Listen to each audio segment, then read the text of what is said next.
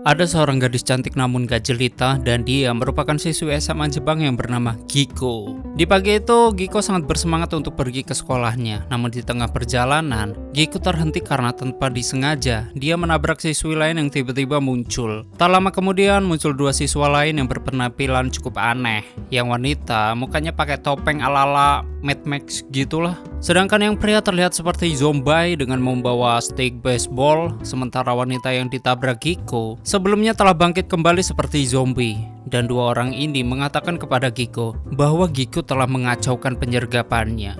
Lalu Giko memanggil mereka dengan sebutan Mutan Saibok. Yang tentunya balik lagi dengan saya Faizura Hots yang akan menemani malam kalian dan intro.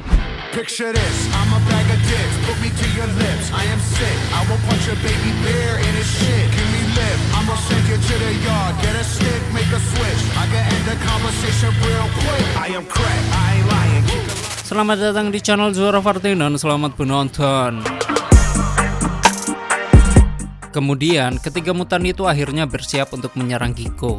Di sini Giko memperingatkan mereka untuk tidak mengganggunya, akan tetapi mereka ngeyel dan tidak memperdulikan hal tersebut. Akibat hal itu, di sini Giko mengeluarkan senjata supernya, yaitu sebuah gergaji mesin yang sudah membasmi banyak kejahatan di kelurahannya.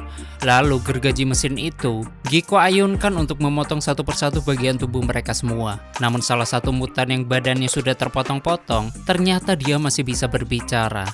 Dia mengungkapkan sesuatu yang berhubungan dengan seseorang yang bernama Nero. Dan Nero inilah yang sudah mengubah mereka bertiga menjadi mutan yang pada akhirnya setelah mengalahkan mereka, Giko segera pergi ke sekolah karena pertarungan tadi membuatnya terlambat ke sekolah. Namun saat ingin pergi, tiba-tiba sebuah rudal dengan cepat mengarah ke dirinya dan dengan refleksnya Giko berhasil menghindar.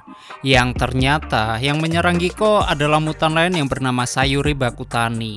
Dan hal itu membuat Giko bingung mengapa semua mutan berambisi untuk melawannya. Dan dari informasi seonggok mutan yang bernama Tredy yang tinggal kepalanya itu, Sayuri adalah seorang pemimpin pemandu sorak di sekolah. Dan akhirnya Giko ingat dan tidak menyangka sekarang dia mengikuti Nero yang jahat. Karena dulunya dia adalah salah satu murid teladan dan baik hati tidak sombong.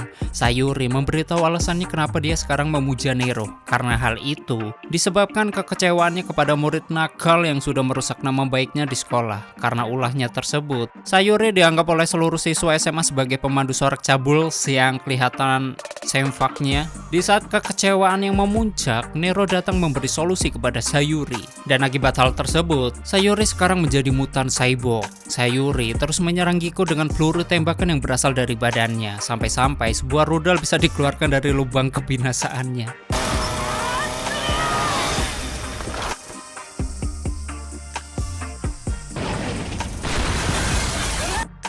Dan ketika pelurunya habis, Sayuri meminta bantuan kepada anak buahnya untuk mengisi amunisi ke silitnya. Akan tetapi, hal itu terlihat konyol dan Giko malah menertawakannya. Lalu dengan kesempatan itulah Giko berhasil mengalahkan Sayuri. Namun meskipun begitu, akhirnya Giko mengobati luka-lukanya. Memang Giko adalah murid yang berbeda dari yang lain. Hanya dialah murid perempuan yang paling nakal di sekolah. Dia suka bolos, bahkan suka ngudu di sekolah. Dan semua siswa di sekolah tidak menyukainya. Bahkan memanggil Giko dengan sebutan anak bandel.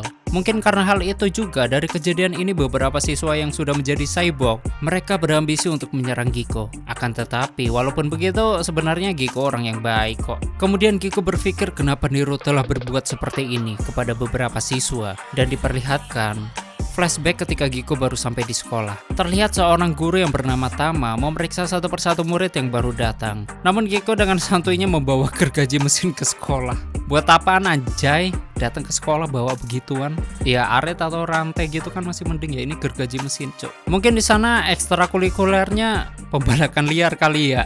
Dan tentunya hal itu membuat guru keberatan. Namun Giko beralasan bahwa dia membawa gergaji mesin karena keluarganya memiliki usaha jasa potong pohon. Nah jadinya gergaji mesin itu selalu dibawa Giko kemanapun. Tak berselang lama, datang seorang siswi yang sudah menjadi mutan Saibok. Lalu disusul oleh Nero yang baru saja sampai di sekolah. Dan Nero sendiri merupakan seorang siswi juga. Lalu Tama sudah tahu bahwa Nero suka membuat teman-teman yang menjadi Saibok. Namun Tama hanya diam saja dan takut kepadanya. Giko yang sedang berpikir, tiba-tiba Sayuri berubah menjadi seorang ninja bertopeng sama seperti mutan lainnya. Dia berambisi untuk menyerang Giko. Namun karena Giko takut terlambat untuk masuk ke sekolah, Di sini Giko tidak mau meladeninya, kemudian Giko dengan segera pergi ke sekolah. Waktu di sekolah, terlihat suasana kelas sedikit berantakan dan semua siswa tidak ada yang terlihat satupun.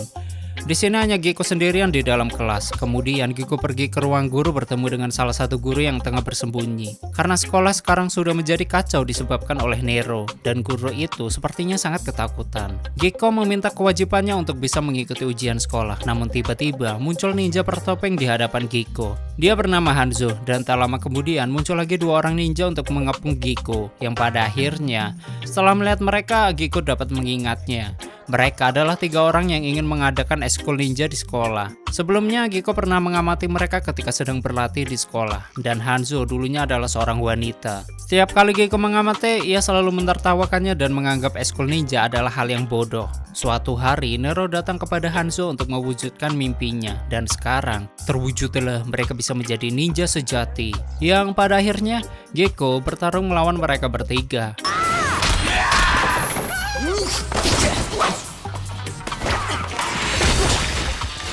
Akan tetapi, karena takut waktu untuk mengerjakan ujian habis, di sini Giko melarikan diri dan masuk ke sebuah ruangan ekskul kerajinan tangan. Di sana, Giko sempat memperbaiki gergaji mesin yang rusak. Namun tiba-tiba, muncul seorang siswi pemimpin ekskul kerajinan tangan yang bernama Sanzaki. Ternyata terungkap bahwa Nero bekerja sama dengan Sanzaki untuk mempersenjatai mutan cyborg buatannya itu. Sebenarnya, Sanzaki terpaksa bekerja sama dengan Nero, dan dia sekarang meminta Giko untuk bisa mengalahkan Nero.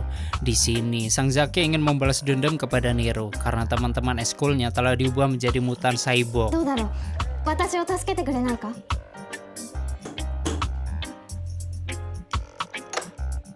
Lalu Sanzaki memperbaiki gergaji mesin milik Giko dan sedikit memodifikasinya. Tak lama kemudian muncul Hanzo dan satu temannya, dan terjadilah perbentrokan di antara mereka. Lalu gergaji mesin yang sudah dimodif sekarang bisa menembak seperti machine gun, bahkan bisa memanjang. Yang pada akhirnya Hanzo dan teman-temannya bisa dikalahkan oleh Giko.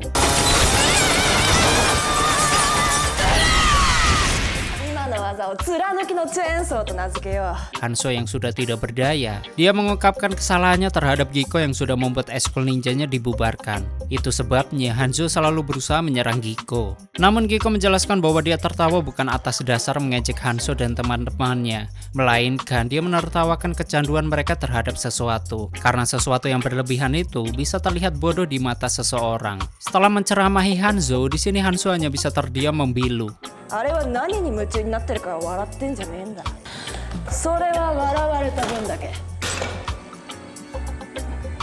Yang kemudian Giko pergi untuk mengerjakan ujian.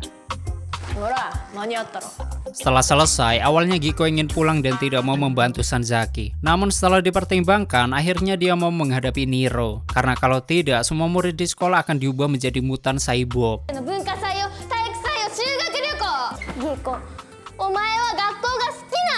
Di tengah-tengah berdiskusi, tiba-tiba Nero berbicara melalui speaker pengumuman bahwa Nero sangat tertarik ingin mengubah Giko menjadi mutan. Dulu, sebenarnya Nero adalah salah satu murid terpintar di sekolahan Giko. Dia selalu bercita-cita menjadi seorang ilmuwan yang hebat. Namun dengan caranya dan ambisinya itu, dia menjadi murid yang selalu diejek dan dibenci teman-temannya. Maka dari itu, Nero jadi seperti ini dan tidak memiliki teman.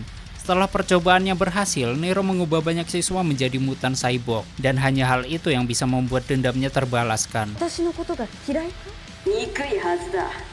Waktu Giko mengejar Nero lari ke arah basement. Di sana terlihat banyak potongan-potongan tubuh para siswa hasil percobaan Nero, yang pada akhirnya Giko kembali ke atap gedung sekolah untuk mengejar Nero. Namun Giko berhadapan terlebih dahulu dengan sekumpulan siswa yang sudah berubah menjadi zombie mutan.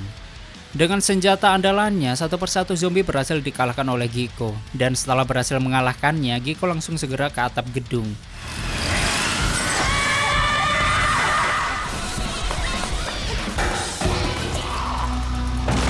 Waktu di atap gedung, Nero sudah menantinya yang ternyata Nero menyimpan dendam kepada Giko. Karena sebelumnya mereka berdua sempat bertemu di tempat yang sama.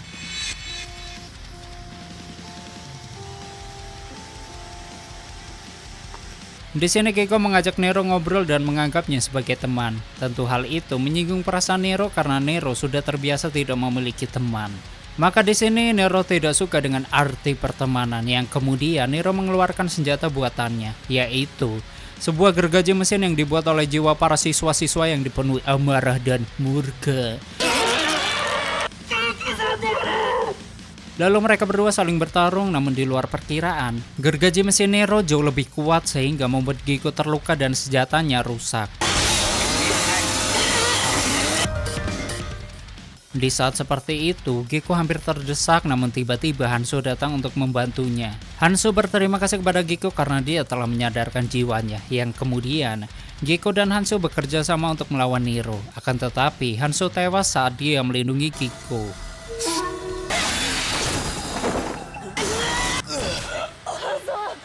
Di saat bersamaan, Sayuri muncul untuk menghentikan peperangan tersebut. Sayuri mengingatkan Nero bahwa mereka bertiga yang diasingkan oleh teman-teman di sekolah. Namun tak sedikit pun ucapannya didengar Nero. Nero malah mengaktifkan bom waktu di dalam tubuh Sayuri, yang ternyata semua mutan cyborg buatan Nero sudah ditanami bom peledak. Di sini, Nero memberi pilihan kepada Sayuri, yaitu untuk membunuh Gekko atau mati. Namun Sayuri memilih untuk mati dengan terjun dari atas gedung.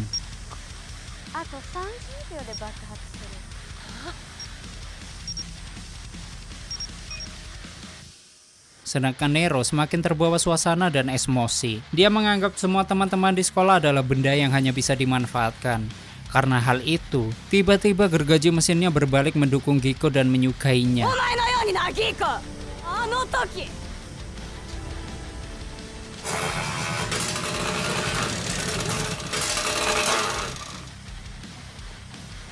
Dan dari sinilah awal kekalahan Nero. Nero sudah tidak memiliki senjata lagi untuk melawan Gekko. Alhasil, Gekko memukulinya tanpa ampun dan terakhir, dia berhasil membinasakannya.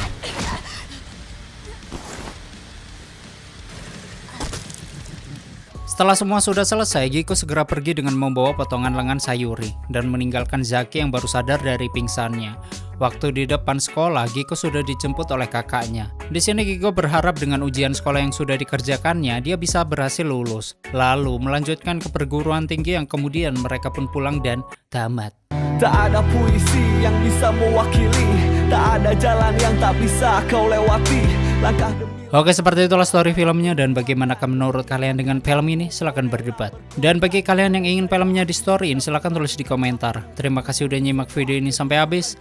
Terus support channel ini dengan menekan like, subscribe, dan share ke alam semesta. Ane pamit and stay on my channel. Jangan kemana-mana, sampai ketemu lagi di video selanjutnya. Bye-bye.